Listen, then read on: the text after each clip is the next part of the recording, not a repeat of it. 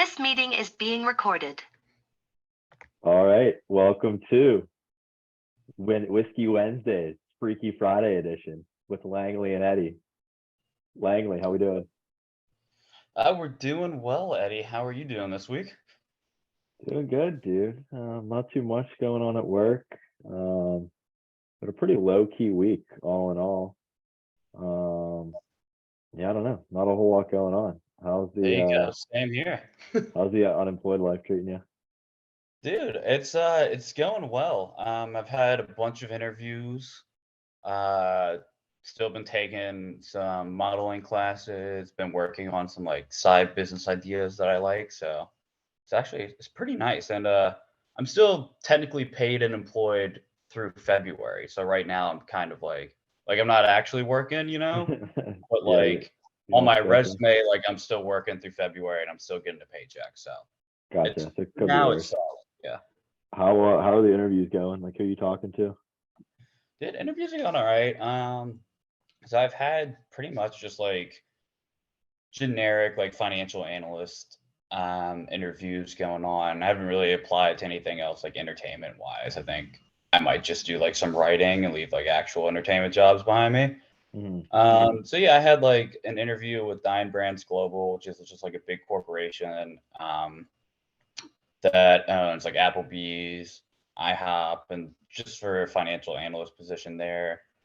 Yesterday, I had a first round interview, and I have a second round interview on Tuesday with Signature Bank, which is just like a really big, it's like one of the 10 biggest banks in the country. Really good company. I was excited about it. It's a commercial bank, so it's not like investment banking.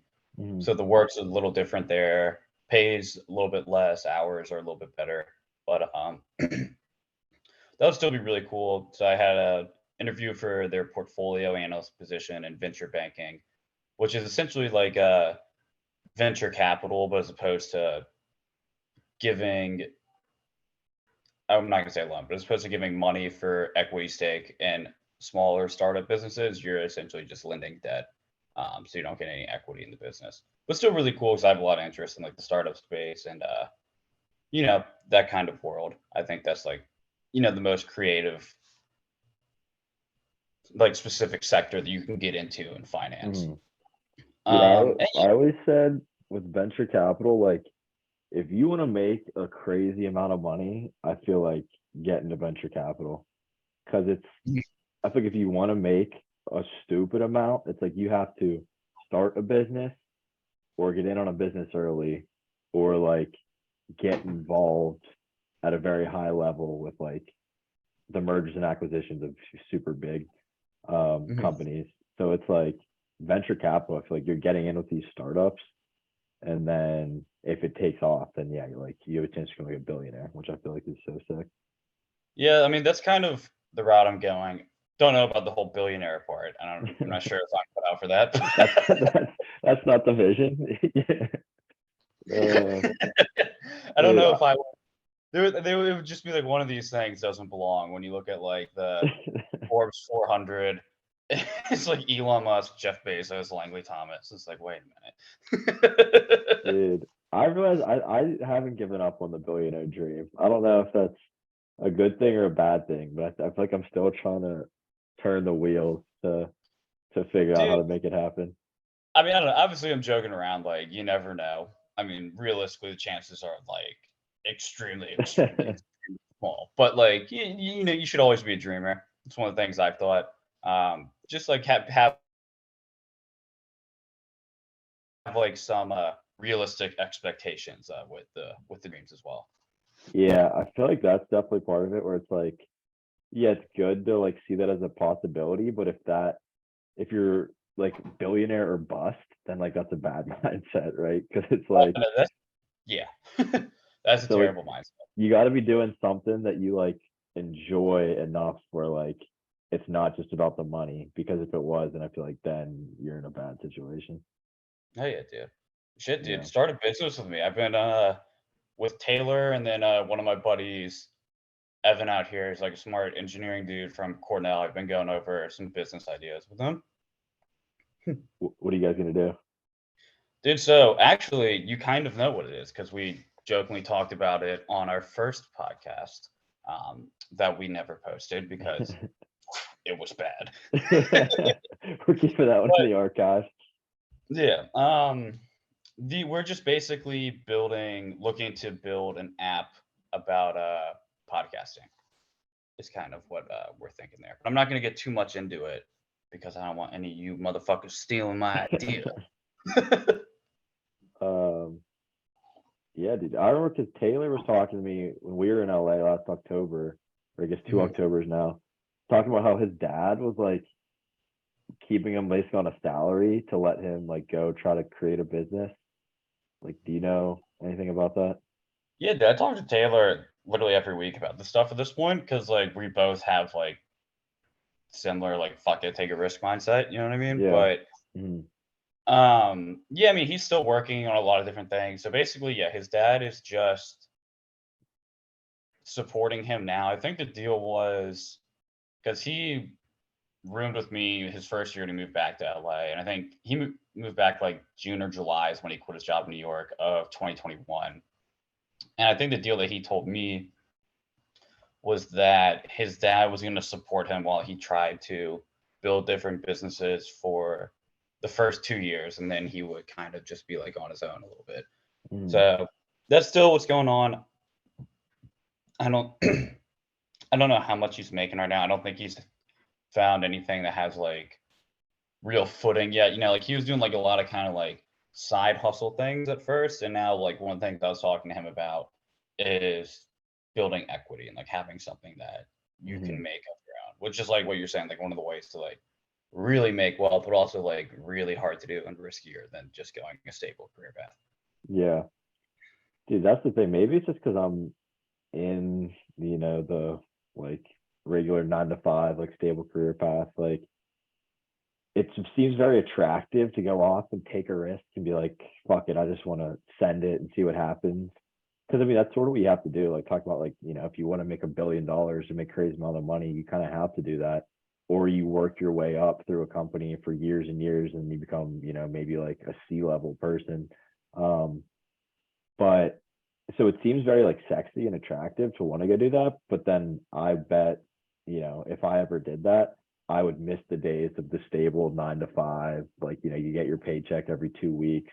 You have your like health care, like everything you need. Um, so it's like obviously there's like very big pros and cons to each side of it. Oh, 100%, dude. Like you have a steady paycheck and you're slowly, like building up your career and like making a good salary and like as much as you need if you're like smart and work at uh, a good corporation in a good sector. Um, but yeah, like the way like that I envision doing it is like if you want to take like a risk on it, right? Like I wouldn't like quit my job and then go like try to start a business when I'm 35, right? But it's like similar to like, moving out to LA, working in entertainment when you're 22. It's like if you're gonna do something like that, you do it when you're young. You don't Mm, quit your job, like you do it as like a side hustle at first, and then if it doesn't amount to anything, then like it's not a big deal, right? Like you still, as long as it's not, um, taking away from your normal job, it's fine. But and then if it grows into something eventually at a certain point, it's like, oh, okay, you could take the risk and then just work on it yourself. And right. that's kind of what I think. I think everything needs, unless you're in school, like a lot of people start businesses in college or in business school. Like unless you're in school, I think it needs to start as kind of like a passion project, in my opinion. Yeah. I mean, I completely agree. 'Cause I mean, yeah, at the end of the day, whatever you do, you have to be super passionate about it. And you have to, I feel like that like cuts out so many like anxieties and like worries is when you're like this just needs to happen. Like the world needs this product. Like I'm the one who needs to bring it to the world, versus Yeah. like if it's something you're like, oh, I could just give up, oh, I could not, like then it's like what do you really care? But when you do have that passion, that belief in it, I feel like that's when you like really find the success. Absolutely. You got to be like, my stupid idea is fucking amazing. It's going to change the world. Dude, That's what's I was way talking about looking this. at yourself as an entrepreneur. Dude, that's what I was talking about with Shibal earlier today. Like people who can just speak confidently about like anything like it's so impressive because like people just spew bullshit all day. Yeah. Like people don't really know what they're talking about, like so much of the time. And but the people who say it confidently are the ones who like make it come to fruition, They just like say it and people follow them and people believe it. And so it's like from my perspective, it's like, why not say whatever you want to say confidently? Because everyone else is spewing bullshit anyway. So you might as well say your shit, and say it Yeah, exactly. confidently and just throw That's it right. out there, That's you right, know? Ed. Talk your shit, Ed. Talk Yeah, your this shit. is this is a recent development. I've just started, understanding. Dude, confidence is key. Like, absolutely. It's like Muhammad Ali had a pretty famous quote that I'm probably about to butcher right here, but it was but it was something along the lines of he's like, I used to talk so much shit and say so many confident things, and I was saying this shit before I even believed in it.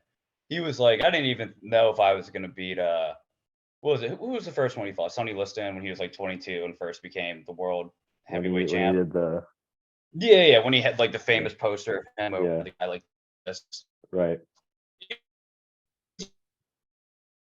Like I was saying I was gonna Sonny Liston's ass, and I didn't believe it. I was scared as hell. I was 22 years old. Did it, just stuck with that.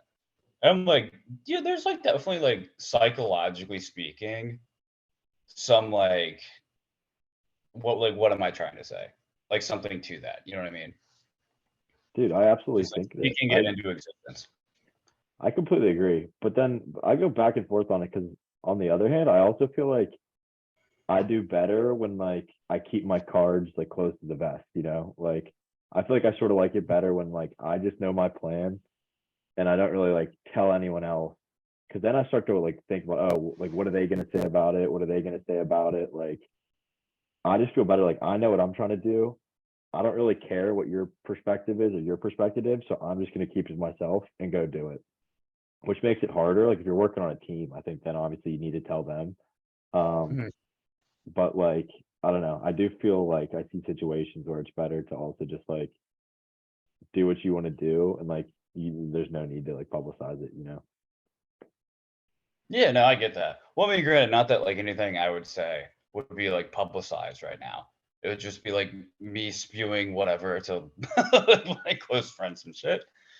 It's not like, Yeah. the Los Angeles Times is like Langley Thomas says that he's gonna build this new thing that's like gonna take over the world. It's like, no. It's That's like like it's just like two friends are like, Langley, you're an idiot. yeah. Yeah. I think I feel like it all goes to just like another thing I've thought about lately is like, okay, so you have people saying like speak it into existence, tell anyone and everyone, just make it happen. Then you also hear like keep your cards close to the vest, like, just like, don't no need to over publicize, like, just do your thing.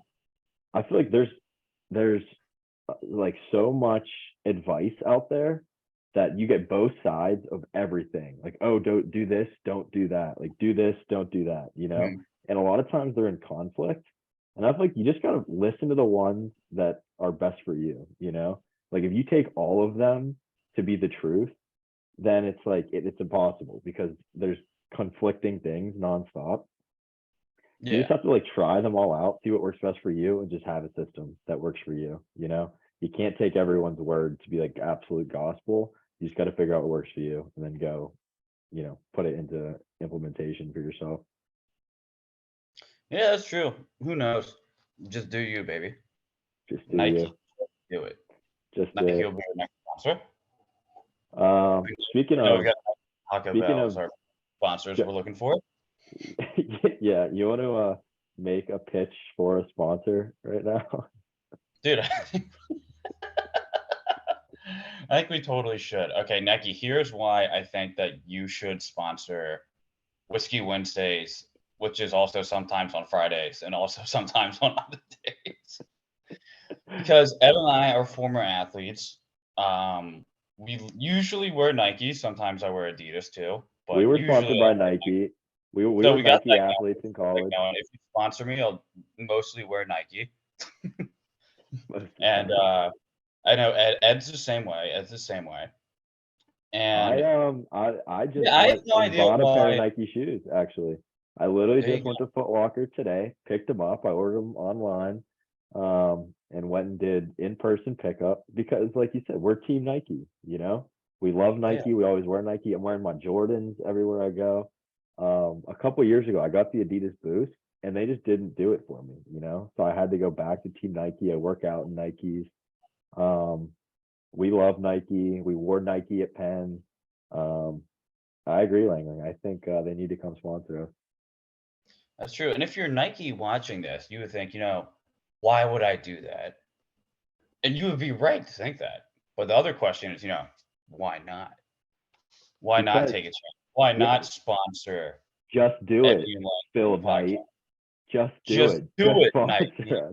You Yeah, won't Nike, how regret many it. podcasts are you sponsoring, right? This could be Yeah, the first one. Why would you not do it? It doesn't make any exactly. sense. The more you think Imagine, about it, the more it doesn't make sense to not do it.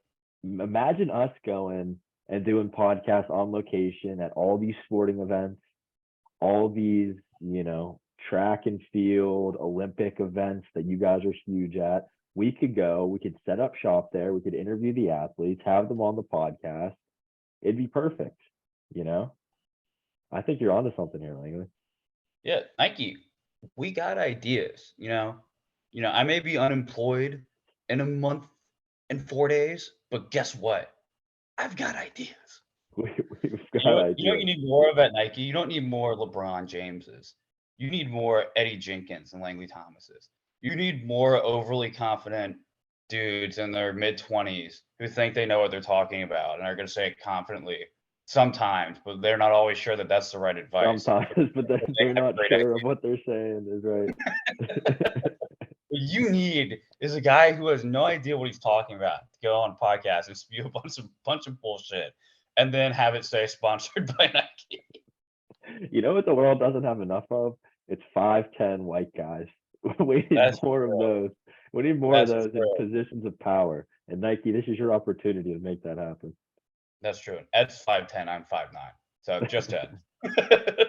Yeah, I like to say 5'11", actually. I should have gave myself another inch there. Shit, dude. Well, we're already lying, so Nike's gonna want to sponsor us now. We don't lie, Langley. We've never We told a don't lie in lie. our Are you lives. kidding me? Dude, most of the female athletes sponsored by Nike are probably taller than me. Maybe you could find a wife out there, Langley. Dude, that's true. That's true. Well, speaking of just doing it, we could just finally get to our the what we wanted to hit on for this podcast, which is New York versus LA. And Langley, so obviously you live in LA, I live in New York City. You moved out there summer 2020. I just moved up to New York July of last year, so July 2022. So you've got a couple more years on me. Tell me what you think of LA. Tell me what have you noticed? What are the pros? What are the cons? What do you like? What do you not like? Yeah, well, Eddie, thank you for asking me that. After our random rambles of the last 20 or so minutes, we are finally getting to our topic for our viewers. But it all makes sense. You want to hear everything we have to say, of course. And so, yeah, I gotta say, I really like LA now. I think as an East Coast person, I'd always lived on the East Coast before moving to LA, between mostly in the Southeast and then also in Philadelphia and the Northeast. But it's really different when you first move out. I think a lot of East Coast people, when they first get to LA, aren't a big fan of it. And that was the case for me, especially because I moved out with COVID and was trying to find work in the entertainment industry. So it added a whole, extra like level of stress to the move of like, oh, like you also just moved across the country, right? But then I'd say like the more you stay here, the more you start to like it. Like I think there's a funny quote when I was watching Seinfeld the other day that Kramer says to Jerry and George when they come out to LA to try to get him to move back to New York. And Kramer goes, "It's LA, Jerry. No one ever leaves." And I think that's a quote. I might be misquoting my second thing podcast. Who the hell knows? But it's something like that. And yeah, there's like something to that though, because it's just like when you wake up every day and like sunshine, 70-degree weather, and palm trees, it's just like it's really nice. You know what I mean? Right. And like there are things missing here that like you get in cities like Philly and New York that you don't really get in LA. But it's kind of just like it's almost like not real in a sense. It's like kind of this fairy tale land of just like sunshine, palm trees, and you just kind of get wrapped into it. I don't know. Yeah, like I'm starting to really like LA. I definitely do think that. But like I'm very glad now that like I'm having the experience because I think it's a really cool experience. Yeah. Um, and like, do you think is it different than like a Miami? Like, obviously Miami, the weather's so nice. Like, how would you compare those two? Like, if you know, if you've like spent enough time in Miami to compare them. Yeah, of course. So LA, I actually have spent a lot of time in Miami. My dad's family, a good amount of them are down in South Florida, so I grew up going into the city there. So LA is a lot bigger than Miami, right? So LA, I mean, is the second biggest city, obviously, behind New York in the country. So there's that, and it's much more not necessarily compared to Miami, but compared to like a New York or a Philly, it's much more of an urban sprawl. It's just like kind of like one giant urban like mix of like urban slash suburban neighborhoods, right? It's not like, when you're walking around Midtown in New York City and it's just like, oh, holy shit, like I'm in this massive city, right? Like there are pockets of downtown LA where honestly not even a ton of people live where it's like that. But all in all, it's more so, like I said, just like a bunch of urban neighborhoods kind of connected, right? Hmm. And so personally, like I'm not sure what I think about that. Like as a young person, like one of the things I wish LA had more was kind of that big city feel and like the energy that New York provides, right? Hmm. Versus LA, it's a much more laid back lifestyle. Like and there's tons of things to do, don't get me wrong. Like obviously there's millions of people here, so there's like plenty of bars, clubs, like things to go out and do like that like young people like to do, right? Like not just like golfing or going hiking or something. Hmm. But there's like plenty to do there. But yeah, I would say like the thing that it misses the most for someone in like their 20s or early 30s, like like when you think of like quintessential young adult, would be kind of like that hustle and bustle and like the energy that in New York or even like on a smaller scale like a Philly provides. Right. Just like a lot of people kind of living on top of each other. Um, Right. and I was actually listening to a podcast the other day. It was with Tim Dillon and Joe Rogan. Not Mhm. on Rogan's podcast, but on Tim Dillon's podcast. And they were talking about New York versus LA. And Tim Dillon, who I think he's from New York, but like lives in LA now, he just said like LA is so spread out where you don't have that like community vibe where New York City, it's like, I mean, especially Manhattan, Right. like everyone's just on top of each other. Everyone's on the subway together. Like you have, super wealthy people and you have poor people. You have people of all different races. They're all in the same subway, going back and forth, going all over the place. In the street, Mhm. people are passing each other, and you can't really like control who you see on a daily basis, who you interact with. And that just like is one big melting pot of New York City versus LA. He was saying like you very much can control who you see. Like you might live in the Hollywood Hills and take your car to work, take your car back, and you don't interact with nearly as many people as like you're kind of forced to in a New York City. Right. So I guess I'll give my general synopsis, my pros and cons, Ed, and then I'll let you talk about your experience in New York City. So I guess I'll start off with the pros that I like about LA. LA, in my opinion, and I meant to touch on this when you asked me about comparing it to Miami as well. LA and Southern California, more generally speaking, has the best weather in the country, in my opinion, by far.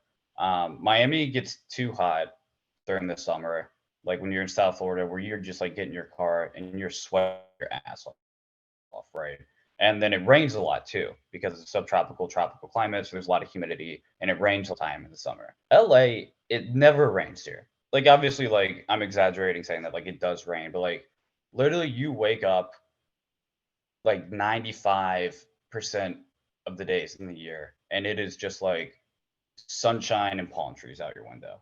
I Yeah. would say for me, it's like, I don't know, it's like mentally, like it just makes you happier. And like that's Mhm. kind of when I say like LA is like a fairy tale land. Like the longer I've been here, the more it grows on me because it's like Yeah. there's just something to be said. Like I wake up every day, and like if you're working from home, like as opposed to in January in Philadelphia or New York where you're staring out and it's like 35 degrees and like hail outside. It's like, oh, like the birds are chirping and it's like 60 degrees still. It's actually Yeah. 70 yesterday in January and sunny.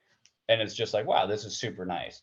And then going along with that as a result of like the year round, like warm, good weather and sunshine, like there's a ton of outdoor things to do, ton of like hiking, biking, the beach. Like one of the things that I love doing, really sounding like a 5'9" white dude now, is like golf, as I know you do as well. Yep. And you can literally golf. Like, I mean, I've golfed multiple times in January. Like, you can golf every weekend of the year, generally speaking. Like, it's never Mhm. going to be too cold for you to go golf. And my game's gotten a lot better as a result of it. And yeah, and then there's still, a lot of bars, clubs you can go to. So, like, a lot of fun spots. I mean, a good amount, obviously, of young people being the second largest city in the country, like that goes without saying. So yeah, like a lot of people similar to your age, and yeah, there's really a lot to do in that sense. And it's not just like comparing it to New York. Like one of the things that I'll say, I think I like about LA more than New York. And granted, I've been to New York a good amount of times. I've never lived there, so take what I say with a grain of salt. Is that New York? I feel like a lot of it revolves around the restaurant scene, the bar scene, the club scene. Like it's a lot of things like you need to go like spend money on. And Mhm. like it's all kind of in that same, you think of it as like a going out fun, right? Mhm. Versus like LA, like you can have a great weekend for free or like spend like minimal money, right? Like I could wake up on Saturday, go smoke a J, take a hike in nature, like go to the beach, and then in that same day I can go out to a club at night with my buddies, or like and then I could wake up on Sunday, play 9 holes of golf, which is like relatively cheap out here. Like Griffith Park, it's like $21 to go play nine, 40, $50 to go play 18 at a different public course. And that's since like there's more of a variety of things that you can do, I guess. Mhm. And for me, I would say that would probably touch on all the pros. The cons, which I kind of alluded to earlier, is that like I think like with everything that I just said, I think as a young person and young person being in their 20s, early 30s, like we were talking about earlier, New York is probably the best place to be if you like going out, if you like partying, if you like kind of like being in the scene, right? Because there's a certain energy that is in New York that's just like fun.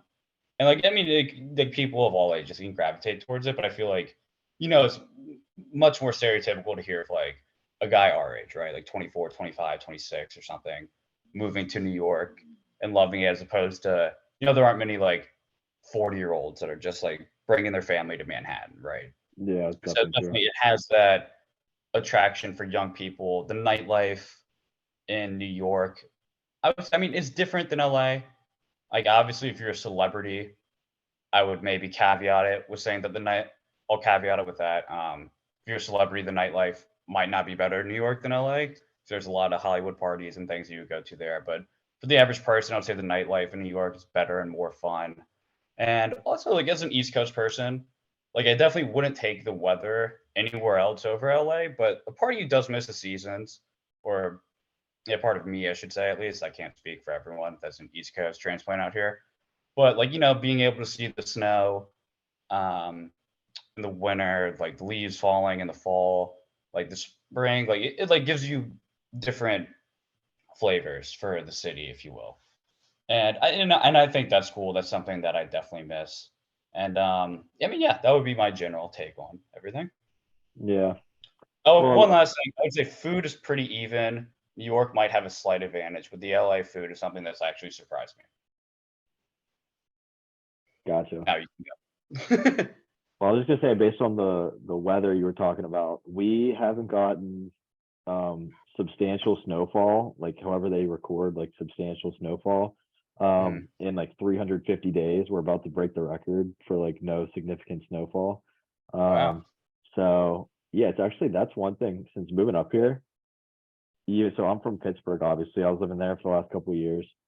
It is like a lot more um mild here in terms of weather. Like it was a lot warmer in the summer with like barely any rain. And then now it's like we've been in the like 40s and 50s like all winter so far. That's Um good. and, and like it gets cold in the evening. Sometimes it get down to like the 30s, maybe freezing. But yeah, so that hasn't been bad. But in general, on New York, I'll preface this by saying like New York was always like sort of the dream for me to move to. Just like growing up, I always loved New York. I loved the Yankees. Watching the Big East tournament, and my Pitt Panthers going and playing at the Garden. Like there's just something with that New York energy that I always loved and was attracted to. And so like getting a job in Pittsburgh, I was like, okay, but like I still kind of had in the back of my mind, like, oh, I would love to get to New York at some point. So I feel like Mhm. that definitely, obviously I'm pretty biased, like in terms of like my appreciation for New York City, but like it's just, like there's a reason it's the Mecca, like there's just Oh, of like course. like you've mentioned, just the energy through here. And I think it's just being surrounded by a lot of super ambitious people, people who are like working a lot. So there's a lot of like the work hard, play hard mentality. Um, and it's just I don't like you said, a lot of young people, a lot of people you want to surround yourself with. Um, and what I really like too is the ability to walk out my front door and be at like world famous attractions like in 20, 30 minutes, like Central Park, the Met, the MoMA, like if you wanted to, the Statue of Liberty, the Empire State Building, like things people around the world know of and like think of the United States, like they think of those things. And like I can Mhm. step outside and I can see the Empire State Building. I can get to any of those places so quickly. That's really, really cool to me. And then also just like the transportation, being able to hop on a subway and get to just about anywhere um, very easily for like, fairly cheap is another great aspect of it. Right. Um, so yeah, and also like Langley, as you know, a lot of our friends from college live up here, so that definitely made the transition easier versus I know there's not quite as many in LA. Oh, 100%. And I think you've hit the nail on the head for a lot of the pros of New York and the things I would totally agree with you on. And I mean, in a similar boat, like I would never have experienced LA if I hadn't always kind of, been naive and delusional and crazy, as you know, and wanted to like work in the entertainment industry. But I'm very glad I did because I think it's a really cool experience. And I think it's something that a lot of people that grow up on the East Coast and spend their whole lives on the East Coast, they'll never get to experience it. And it's like a really cool, Hmm. um, like experience to have now, like while I'm young as well. I would say to your points, I mean, I think like while the subway can be like nasty, I would put the transportation with the subway in New York over like driving cars in LA because it's a lot more Hmm. convenient. It's a lot easier, especially as a young person, right? If you're going out, that's another point I wanted to touch on a bit.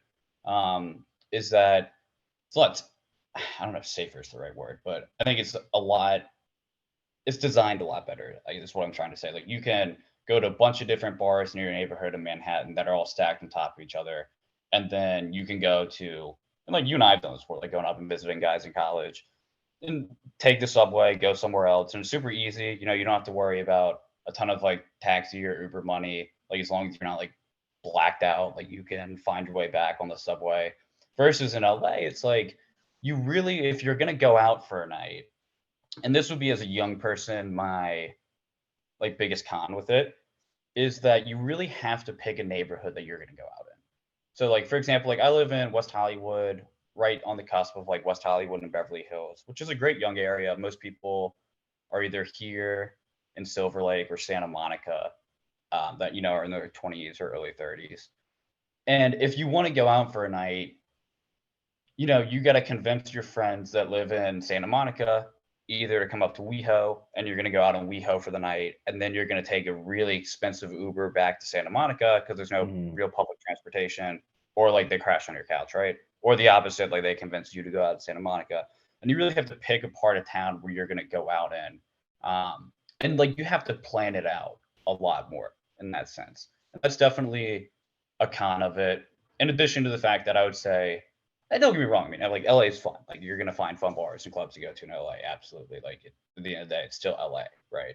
But I would say New York is probably a little more fun though, and a little like New York is more designed for that, right? It's more designed for young people and people that want to go work hard and play hard Mhm. and live it up.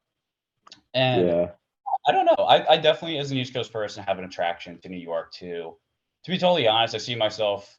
I think people, they stereotype of the New York to LA transition. Like a lot of people, they live in New York, and then after a certain point, like they're getting like a little older. They've kind of had enough of the hustle and bustle, and then they move to LA, and then they just, as they've gotten older, they just live in LA. Kind of, I Right. don't know what the deal with Tim Dillon is, but like you mentioned him moving from or being from New York and moving to LA. But I mean, there's like a lot of that. Like I went to a Penn alumni event out here Oh, did you go on to that? Tuesday. The Penn Forward thing or whatever? Penn Ford, yeah, I went to that. How At the was Beverly that? Wilshire. I didn't It know was a because good they time. had one in New York and I didn't know about it, but I saw pictures and then I saw they just did the one in LA. Yeah, it was a good time, and it's kind of funny too, because like pretty much everyone I met at the Penn alumni event was either from LA or from New York, and this is Hmm. in Beverly Hills where the Yeah. event was. I'm the only person there that's from Charleston, right? Which I mean, also Hmm. is the case for most people that are University of Pennsylvania alumni. I'll be the only one from Charleston, but yeah, and it kind of like it hits home the point that like a lot of New Yorkers move to LA at some well, maybe I'm full of shit, but I feel like there is like a good amount of New Yorkers that move to LA. Like a lot of LA is like Hmm. kind of northeast transplants, right? But Yeah, because I feel like there's so many companies, especially in the entertainment industry, where it's just like New York and LA, it's like Hollywood and then New York, the financial capital of the world. Like, so yeah, places are set up in both. And so probably a lot of people have business back and forth. And then, like you said, these people who enjoy LA, they probably just like set up shop there, like, they're like, oh, let's just retire to LA. We have a network here. We know people here. We like it here. So that would make sense. yeah, 100%. I think you hit the nail on the head there. Um, with being able to do the same work in both cities, right? So what I found, and obviously my career has been, as you know, not obvious to any viewers, but my career has been initially in the entertainment industry, and I've recently switched over to finance. And really, if I had to describe the two cities for those two industries, LA, I mean, no shit, is obviously the hub of the entertainment industry. Same thing with New York and finance, but you can do both in either place, Hmm. right? You're just going to be, especially if you want to be on the creative side of the entertainment industry, like all of the writers' rooms, most of the production companies, like that's all concentrated in LA for the most part. Like a lot of the big agencies like UTA, CAA, WME, like those kind of jobs, you can also work in New York as well. Hmm. And I was reading an article about it the other day where it was really just outlining how New York and LA are the two cities in America where you can really do whatever you want, and anything that you want to do or are doing in one city you can do in the other. Like if you want to work at Goldman Sachs, you could be in the West Coast office in LA, which is still big, or you can work in New York. If you want to work in real estate, entertainment, like like they're set up differently for different industries, but you can do either in either city, or I should Hmm. say you can do anything in either city, which is really cool about it. And yeah, to your point about the energy and like always being drawn to New York, I feel like as an East Coast guy, like I've had that myself. And I definitely see myself, hopefully, like I would like to be able to experience both cities at some point in my life and give my like a check, my subjective opinion. I'm a objective, but it's my opinion Hmm. of living in the two cities. And I think that that would be really cool for me. Yeah, absolutely. Well, we're about to finish up here. Zoom's gonna kick us off. Langley, it was great talking to you. Great